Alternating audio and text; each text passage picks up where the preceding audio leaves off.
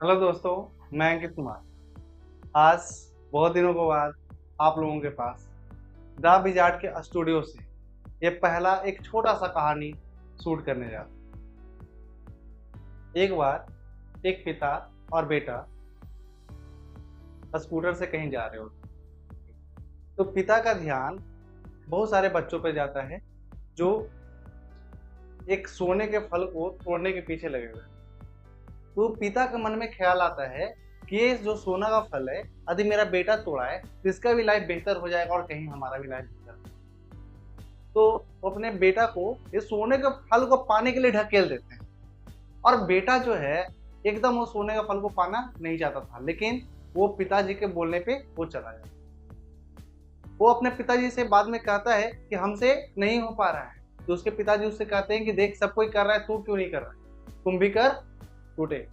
जब वो देखता है, वो जब पानी में जाता है, कूदता है, तो पानी में जाकर देखता है तो पानी नहीं बल्कि दलदल होता है। वो दलदल में धीरे धीरे धंसता चला जाता है, धंसता चला जाता है, धंसता चला जाता है। बहुत चीखता है, खूब चिल्लाता है, लेकिन वहां से निकल नहीं पाता। फलता वो लड़का देखकर मर जाता। जैसे ही उसके पिताजी को लगता है कि दलदल में हमारा बेटा चला गया, वो भी खूब चिल्लाता है, खूब चिल्लाता है। वहां पर से एक साधु गुजर रहा। जब उस व्यक्ति पे साधु का नजर जाता है तो अपना सारा व्यथा उस साधु को सुनाता है। साधु बहुत गौर से सामने देखता है और उस व्यक्ति से पूछता है, एक बार आप अच्छा से देख तो लेते कि सामने क्या है। जिसे आप देख रहे हो सोना का फल है, क्या वो सोना का फल है?